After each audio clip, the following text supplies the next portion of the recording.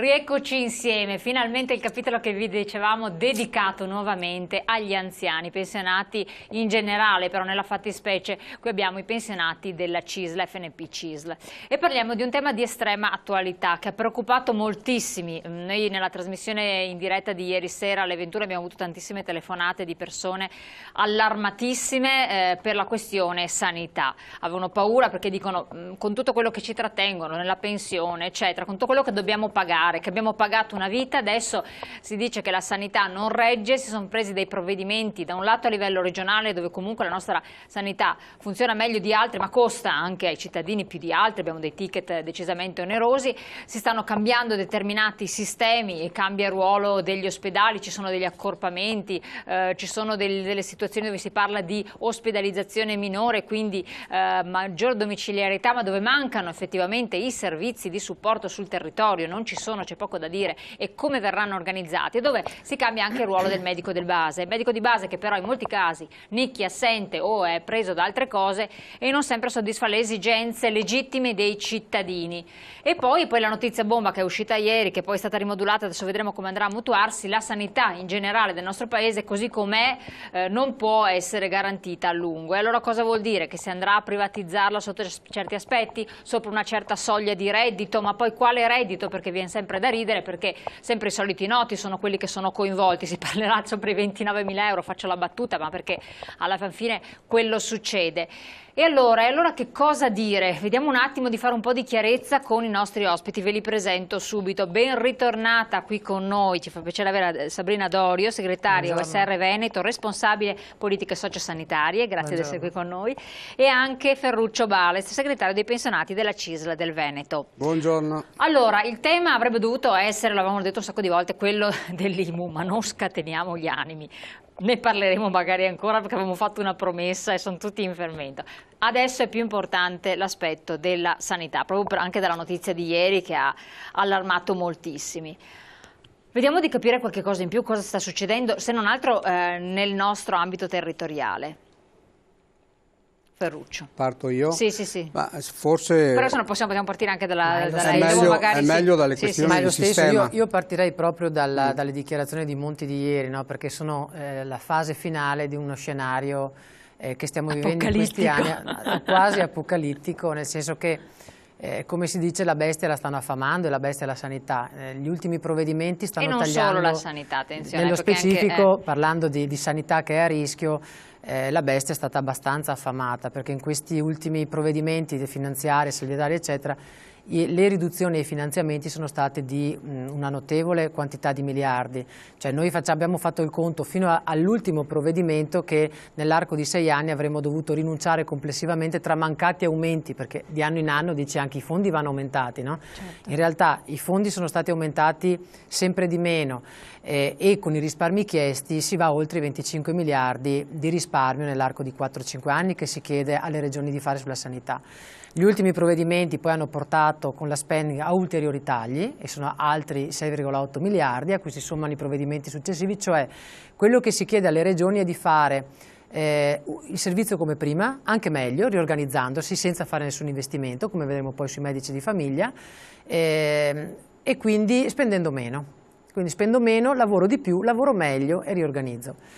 È una situazione piuttosto complicata perché questo vuol dire mettere veramente alle strette l'organizzazione sanitaria in questo senso, ma poi anche sociale, perché non va dimenticato che in Veneto c'è una grande integrazione sociosanitaria e quindi quello che noi abbiamo sempre detto, risparmiamo sì sul sanitario per spostare le risorse sul sociale, in questo modo non si può avverare, perché tu elimini semplicemente le risorse e dici fate con meno.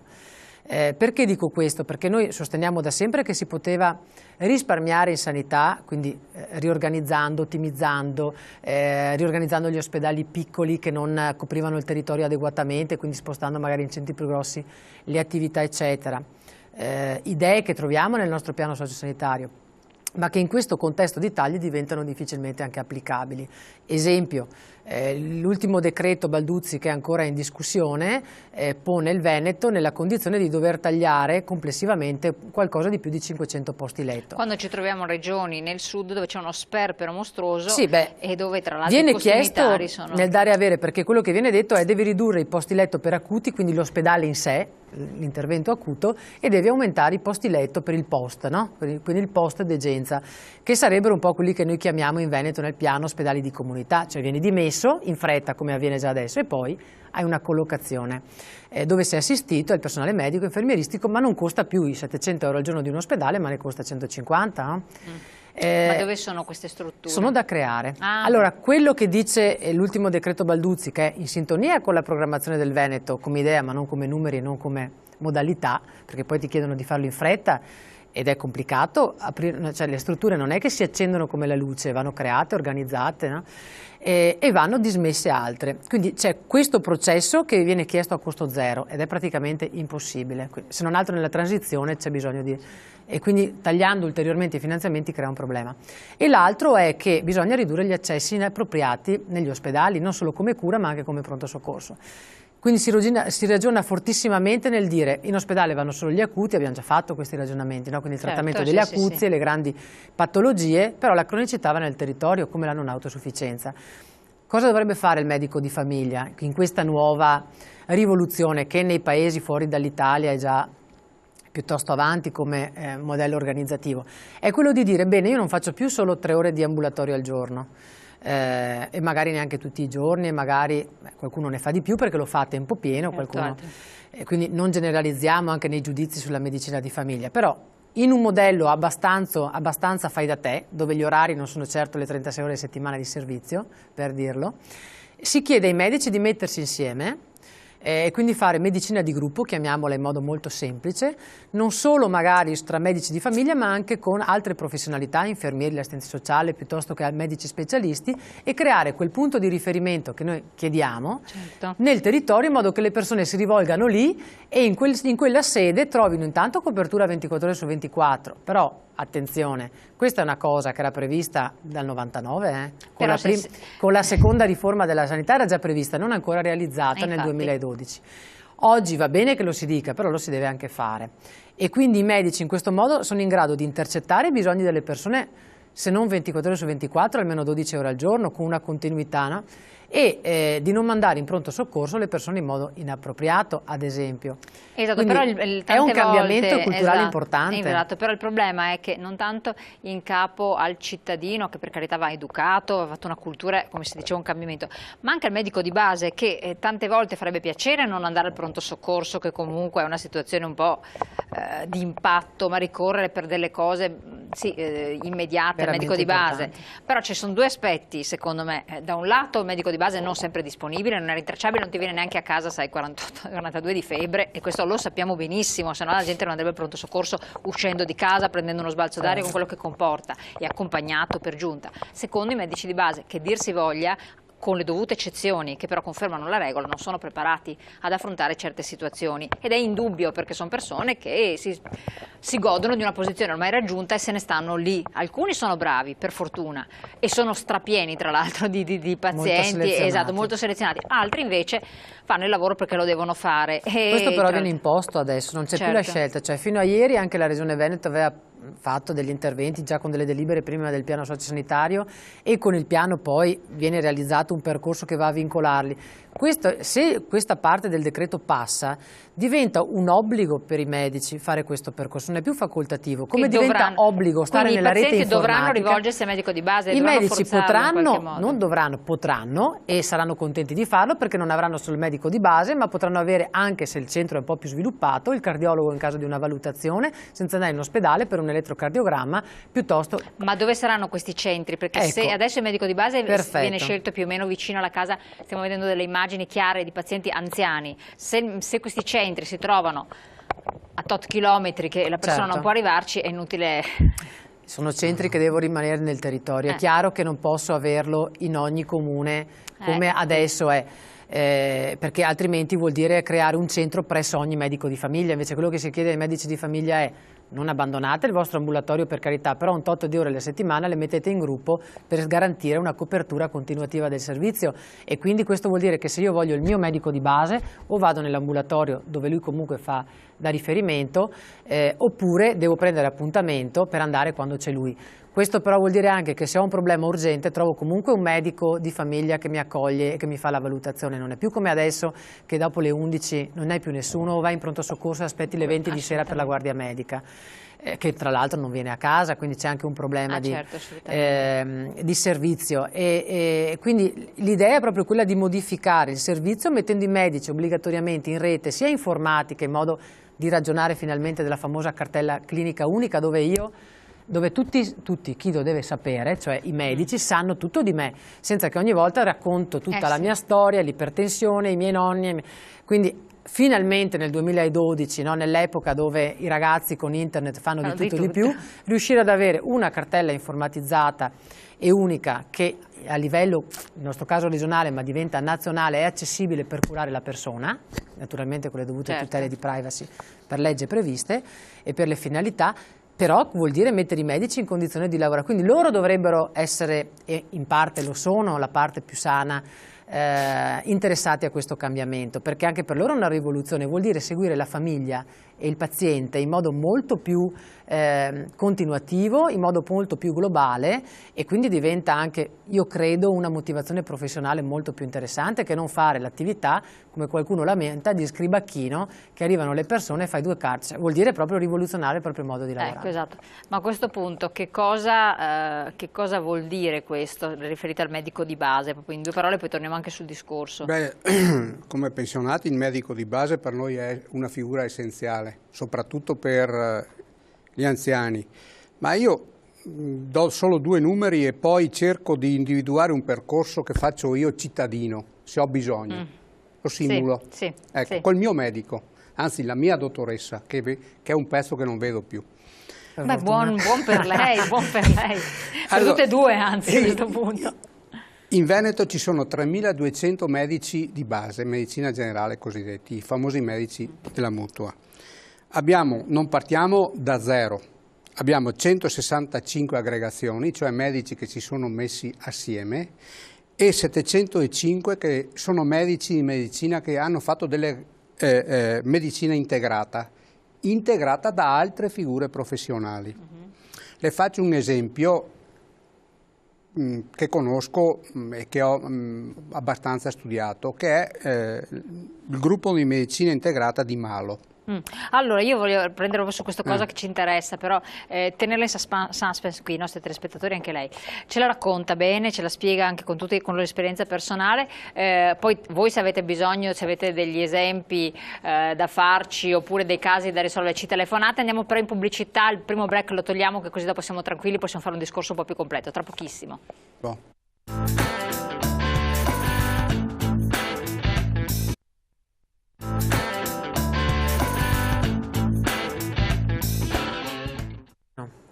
Allora, ritorniamo alla questione sanità e vediamo, stiamo facendo un caso molto interessante, Comune di Malo. Perché Comune di Malo? Allora, io non è che li conosca personalmente, ho studiato il caso perché mi interessa, insomma. Quindi lì ci sono 10 medici che si sono messi assieme, sono coadiuvati dagli infermieri che non fanno solo gli scribacchini, ma che regolano orari e terapie e quant'altro, quindi il medico fa il medico, l'infermiere fa l'infermiere. C'è l'assistente sociale e convocano degli specialisti di volta in volta, caso per caso. Quindi è la vera medicina integrata di gruppo, che danno una risposta completa al cittadino.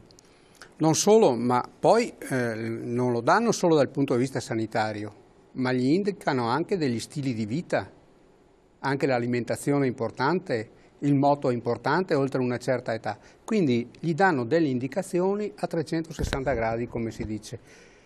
Il medico di medicina generale normalmente non ha neanche il tempo per fare la ricetta. Ecco, questa è la differenza fra il lavorare in gruppo e lavorare da soli, come la vede il cittadino, come lo vedo io. Dopodiché anche gli orari di apertura e di chiusura, che sono importantissimi, sono stati ampliati dalle 7:45 di mattina fino alle 20 di sera, quando mai si trova un medico della mutua solo che ha a disposizione tutta quella fascia oraria. Certo. Noi puntiamo a H24, cioè aperta 24 ore su 24, eccetera, eccetera, ma solo avendo queste ore a disposizione si tolgono quei ricoveri impropri, quegli accessi impropri al pronto soccorso, altrimenti se uno ha mal di pancia o si prende una martellata dopo le 5 di sera, dove va? Assolutamente. Va al pronto soccorso. Allora io, che devo andare dal mio medico di base, ho un dolore nuovo sulla carcassa vecchia, vado dal mio medico di base.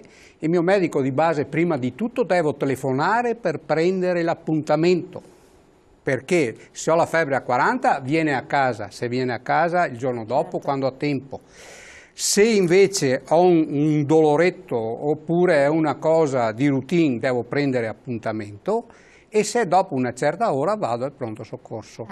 E se è di notte chiamo la guardia medica se viene, oppure vado al pronto soccorso.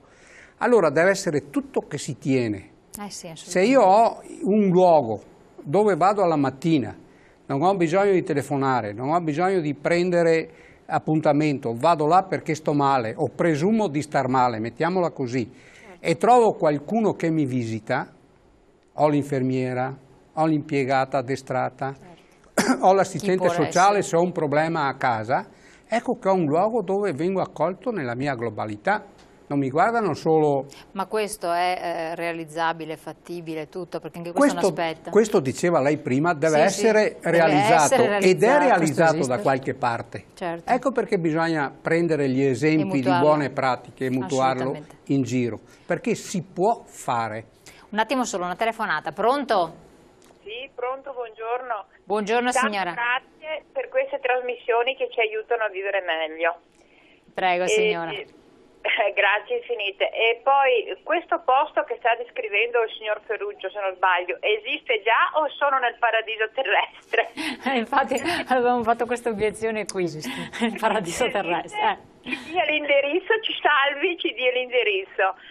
La mia non è ironia fine a se stessa, è sofferenza, vite di sofferenze, perché chi non sta bene per sé o per i propri familiari, veramente la sanità sarà anche ottimale, però c'è da tribulare tantissimo. Credo che, riassumendo, se il medico non riacquista innanzitutto rispetto per il paziente e una certa globalità, che la smettano di mandarti a 10.000 specialisti, farti 10.000 impegnativi per 10.000 esami, che non ti basta una vita a fare il giro, cioè c'è bisogno di una diagnosi quantomeno abbastanza approssimativa.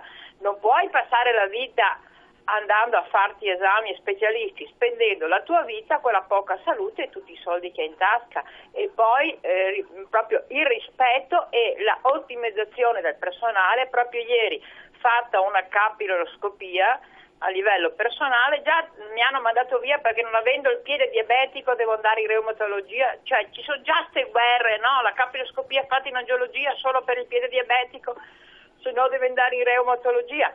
Secondo luogo ti togli i calzini, te li buttano per terra come tu fossi, e 2 infermieri lì a guardare quando magari persone ottime che nel pronto soccorso o in reparto sarebbero molto più utili. Cioè già in una visita ci sono tante di quelle disfunzioni che fanno spavento. Come fa a esserci una buona sanità nonostante le ingenti somme? Io mi chiedo, ma basterebbe qualsiasi persona di buon senso, già quel signore mi sembra... Da dove chiama signora? Da Padova. Quindi U16. Sì, a Padova certo, ieri. Certo, no, ma infatti era proprio per capire. Perfetto. Basterebbe quel signore che sta parlando e mi sembrerebbe già il paradiso terrestre. Però, parlando seriamente, c'è già un indirizzo di questo posto che lui descrive, lo dia, che salva tanta gente. Assolutamente, grazie signora, grazie del suo intervento. Grazie. Grazie. Grazie dell'equilibrio e della pacatezza anche, nonostante Ma poi il tema... ci sono, io dico sempre, aziende sanitarie, USL e USL, perché io vedo che parlando poi ogni settimana, lo sanno i nostri telespettatori, con l'US 15 vedo che sono molto più organizzati sì. che non l'US 16 per esempio, che mettersi, perché per carità con tutte cioè, purtroppo è un dato di fatto, per cui anche questo, cioè la presa in carico del paziente a tutto tondo, il fatto che non debba correre da solo da una parte all'altra, è anche una responsabilità dell'azienda ospedaliera, certo, specifica. Comunque diamo l'indirizzo di questi luoghi che anch'io ho detto ma dove esistono? No, ci sono tanti gruppi, dicevo, gli ho dati i numeri, quindi ci sono diverse esperienze. Questa esperienza che sto descrivendo, che non è il paradiso terrestre, quindi si può fare, è in Comune di Malo ed è presso una casa di riposo. Ecco il centro di servizio che non deve, la casa di ricovero, tanto per capirci, che non deve solo servire per il posto letto dentro, ma deve essere anche un posto dove la gente va, programma l'assistenza domiciliare, eccetera, eccetera. La casa di riposo deve trasformarsi in centro di servizio e certo, questo luogo si trova in una casa di riposo a Malo, dove dei medici hanno fatto veramente medicina Quindi integrata. Non solo per i degenti all'interno della casa di riposo, ma per tutti i mutuati del comune e dei vari addirittura, quindi a prescindere dall'età o dal fatto che siano... Certo, questa è la medicina integrata. Questo vuol dire integrare nel territorio la casa di riposo. Assolutamente. Programmare e avere un posto di riferimento sicuro. Ci sono dei luoghi, soprattutto in montagna, dove le case di riposo sono diventate anche dei centri di riferimento, per esempio per i prelievi, per non far andare nel distretto, sì, eccetera. Quindi si stanno riorganizzando, facendo anche di necessità virtù, viva Dio. Ma questa è la strada e si può fare. Però bisogna mettere via le gelosie, soprattutto ai medici di medicina generale. I miei 1.500 sono miei. Caspita, ecco, allora anche soldi. qua questo è un problema delicato, bisogna tirar via queste cose, fare un salto di qualità. Ma chi lo può fare? Quindi voi su chi state facendo pressione? Beh, insomma, la Regione Veneto ha dato delle indicazioni ben precise, come diceva lei prima. Adesso bisogna che si organizzino, anche perché hanno avuto nell'arco degli anni finanziamenti per farlo.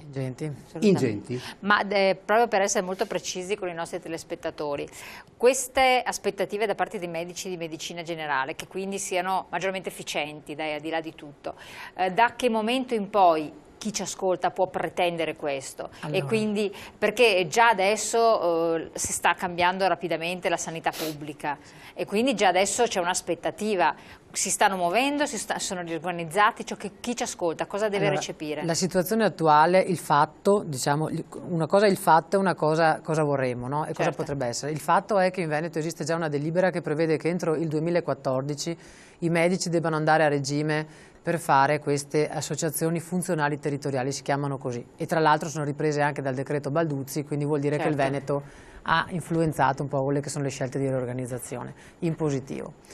E questa è una buona cosa che il Veneto torni a far scuola, perché siamo fermi da 20 anni.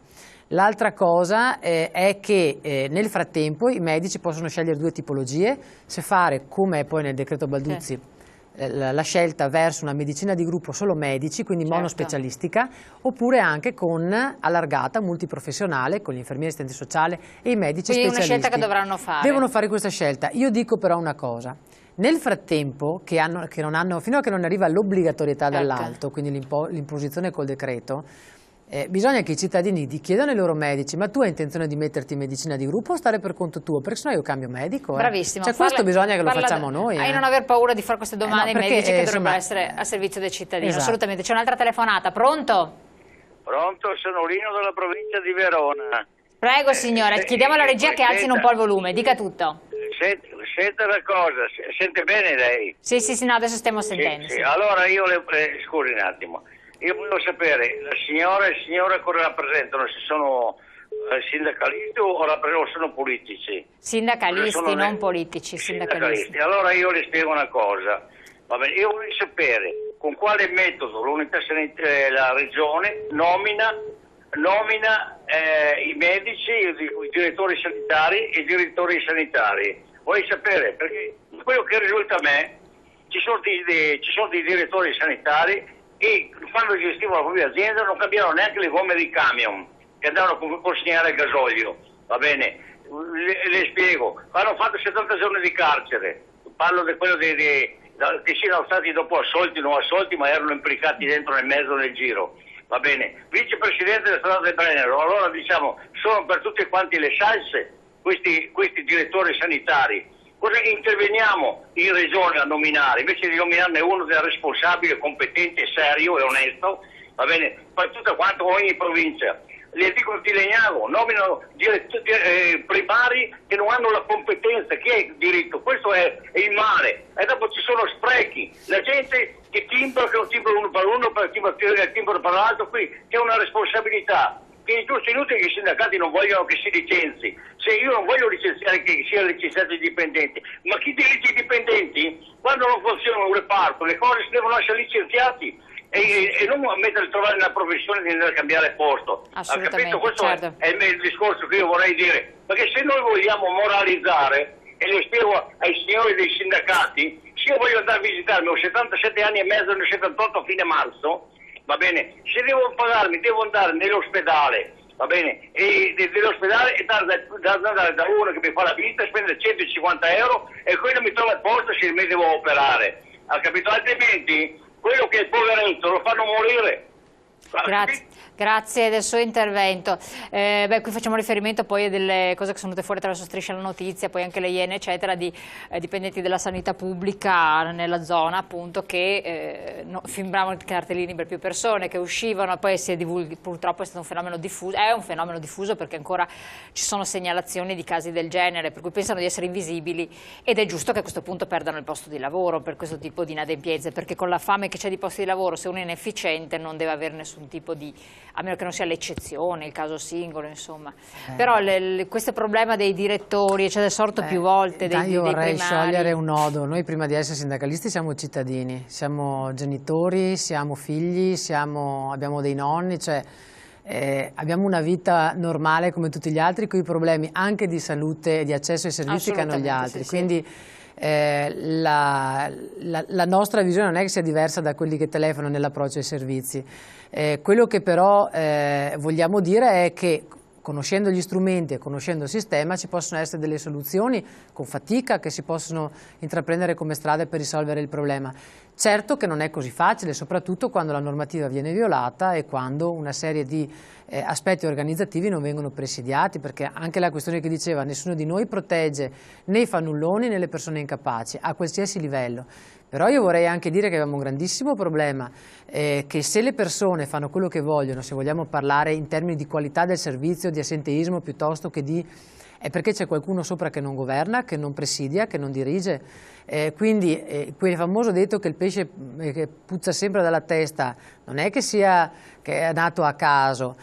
Noi abbiamo un problema di governo del sistema, che sia un governo della qualità dei servizi, che quindi si approcci nell'organizzazione del lavoro puntando sulla qualità e sull'efficienza nei confronti dei servizi che devono essere erogati ai cittadini. Se tutto fosse orientato a questo e non a guardare ad altro, tanto per dirlo, perché non sono di oggi insomma i fatti, no? Di dirigenti interessati a lavorare per la propria carriera piuttosto che per il servizio che devono erogare. Quindi se noi facciamo questo lavoro per la qualità del servizio è chiaro che a cascata tutti lavorano in modo più efficiente e sono tra virgolette anche controllati, forse anche non hanno motivo di fare certe, io dico, sciocchezze che venivano ricordate prima.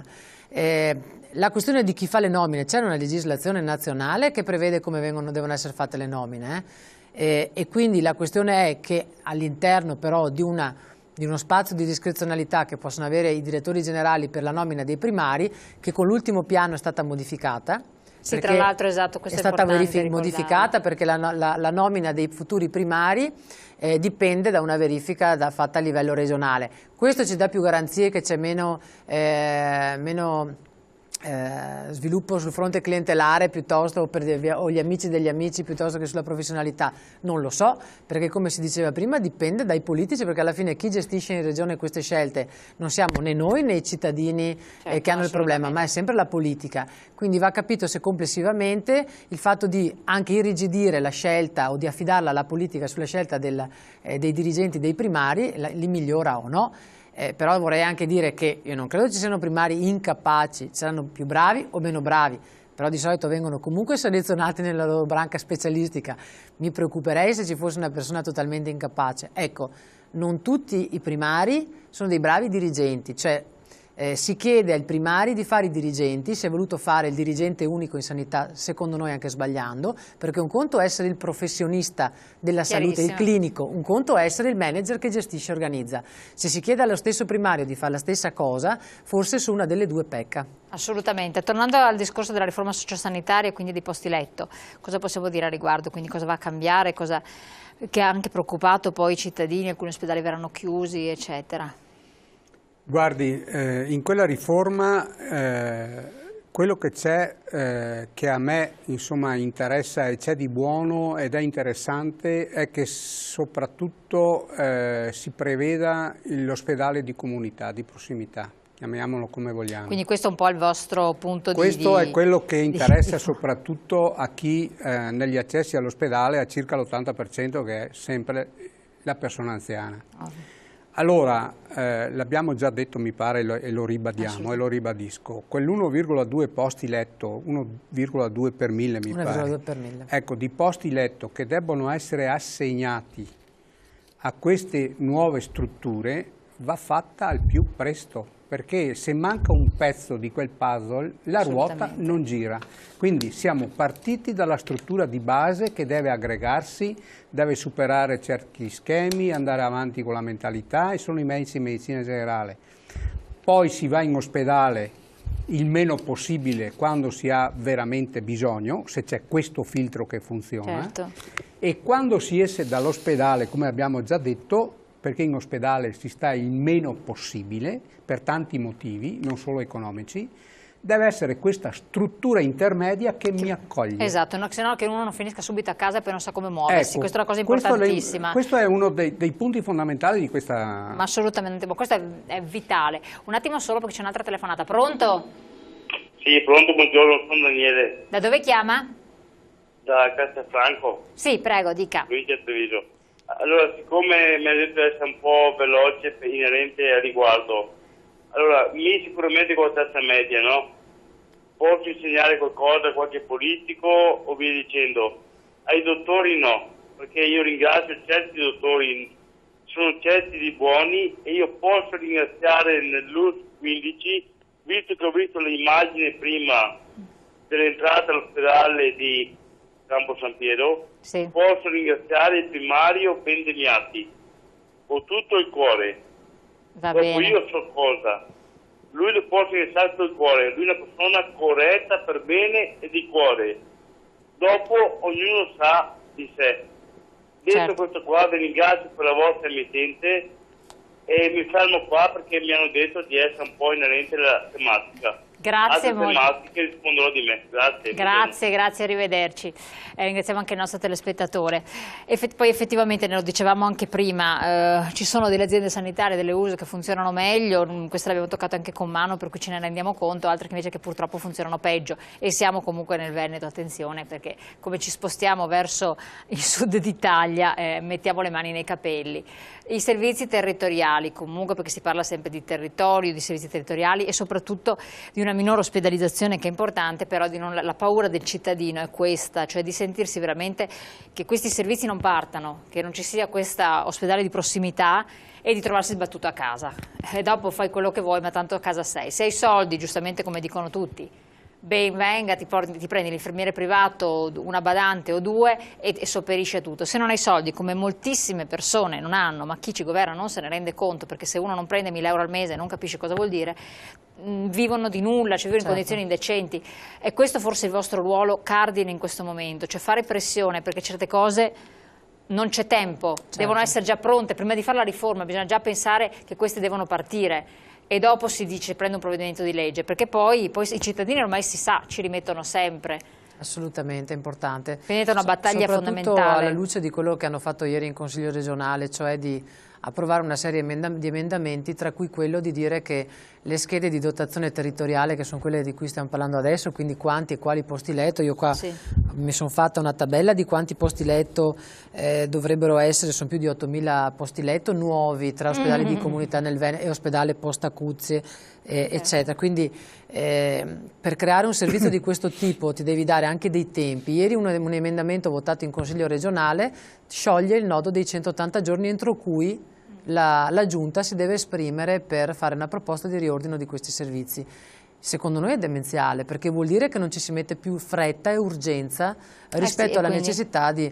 Quindi il piano aveva due elementi importanti, noi abbiamo anche criticato per gli aspetti di carenza, per l'importante era la tempistica che era piuttosto stretta, e quindi con un obiettivo entro il 2012 di darsi un progetto da realizzare nei prossimi anni, perché comunque questo non si realizza in 2 giorni, ci vogliono 3, 4, 5 anni per fare i cambiamenti. Quindi più tardi parti, più tardi lo realizzi, e questo è il primo dato, quindi perde anche questa valenza il piano, il fatto di perdere la scadenza, e quindi noi su questo ovviamente ci muoveremo per presidiare e fare in modo che la Giunta acceleri su questo, altrimenti non si parte più col progetto. Assolutamente. Pubblicità, poi torniamo insieme per l'ultima tranche.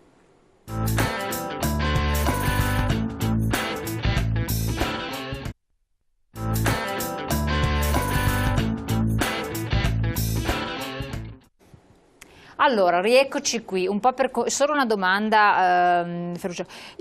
Quale sarà questo sportello a cui i cittadini dovranno rivolgersi per accedere a questi servizi territoriali? Come avverrà questo passaggio? È già stato previsto in qualche termine? Allora, se si parla di sportello unico integrato, bisogna andare presso il distretto. Quello che ti prende in carico, ti fa la scheda di valutazione e poi ti dice dove andare. Se invece si intende per sportello la medicina integrata, lì c'è un luogo, uno spazio, dove ci sono 4-5 medici che lavorano assieme, l'infermiera o le infermiere, e ti accolgono e ti chiedono cosa vuoi, che cosa hai bisogno, e poi ti fanno la loro valutazione e ti mandano da una parte o in ospedale o a fare i prelievi, eccetera, eccetera. E ti seguono, come diceva lei prima, con una scheda personalizzata e completa, in maniera che il braccio destro sappia quello che fa quello sinistro. Quello fa il sinistro. Esatto. C'è una telefonata, pronto? Buongiorno signorina. Buongiorno. Da dove chiama? Buongiorno anche ai suoi ospiti, provincia di Padova. Sì, prego. Volevo sapere dai suoi ospiti e anche da lei, se riesce, come mai la sanità privata costa 1/3 della sanità pubblica? 1. 2. Questo è un altro quesito. Volevo sapere perché i medici di base hanno tutti 1500 pazienti e sono pagati mensilmente con una certa cifra, con 1500 euro. Perché non obblighiamo i medici di base a pagare in merito alle prestazioni? E cioè abbiamo tutti la schedina magnetica, chiarissimo, no? Esatto. Ogni volta andiamo dal medico di base, passiamo, ogni visita che lui fa viene retribuito, questo è uno. Poi voglio dire un'altra cosa, le cliniche private che costano 1/3 della clinica dell'ospedale pubblico, va bene, i medici primari sono sempre quelli che passano dal privato al pubblico e dal pubblico al privato. Perché non mettono un po' di ordine qui? Qui è il risparmio. Grazie, arrivederci. Grazie della sua telefonata. L'idea di pagare il medico a prestazioni sono un po' di cottimo, no? E in realtà la sanità privata si paga a prestazioni, però i medici di famiglia hanno una convenzione, non si chiama contratto ma è un accordo collettivo nazionale che prevede la loro retribuzione e anche tutti gli incentivi che poi a livello regionale vengono dati per le attività suppletive, non ultima quella della medicina di gruppo, che anche qua, ancorché in stop dei rinnovi contrattuali per il pubblico e quindi di fermo sulle convenzioni, vengono spesi una marea di soldi per la parte informatica, per le aggregazioni funzionali dei medici, quindi comunque costano l'altro anno soltanto 40 milioni di euro, insomma, ecco, tanto per dire in 3.200. Solo di aggiuntivo, no, di stipendio, non di retribuzione. Quindi loro, diciamo sempre, hanno un po' i pregi dell'essere dipendente, quindi con tutte le tutele, la retribuzione fissa, certa, e quelli dell'essere libero professionista, cioè si organizzano il lavoro. Certo è che se io lavoro a cottimo faccio anche in modo che il paziente mi venga di più, quindi non è lavorando su quante prestazioni che magari vado a risparmio la qualità del servizio. Quello che si chiede al medico è di lavorare sulla presa in carico, quindi magari a me mi vede una volta all'anno, forse una volta ogni 2, però magari a uno che ha la patologia cronica lo vede 10 volte alla settimana, e quindi la riflessione è un po' su come gestire la cronicità piuttosto che come gestire le persone che magari fortunatamente come me accedono occasionalmente, per fortuna. Quindi la questione è: qual è l'equilibrio, e soprattutto non tanto io ti pago anche bene però voglio i risultati, quindi capire come il tuo intervento di salute sulla persona mi porta a una riduzione anche della spesa pubblica, cioè ma tu lo segui, ci sono meno accessi al pronto soccorso. Io farei il contrario, ogni volta che uno va in pronto soccorso per niente gli tolgo i soldi al medico, cioè come dire, se dai il servizio non devo avere delle distorsioni del sistema. Quindi ragionare sul risultato del loro lavoro più che sul punto di partenza, quindi su quale tipo di prestazioni e quante. La questione della sanità privata: non è vero che costa 1/3 di quella pubblica. La sanità privata ha contratti di lavoro che sono equivalenti a quelli della sanità pubblica.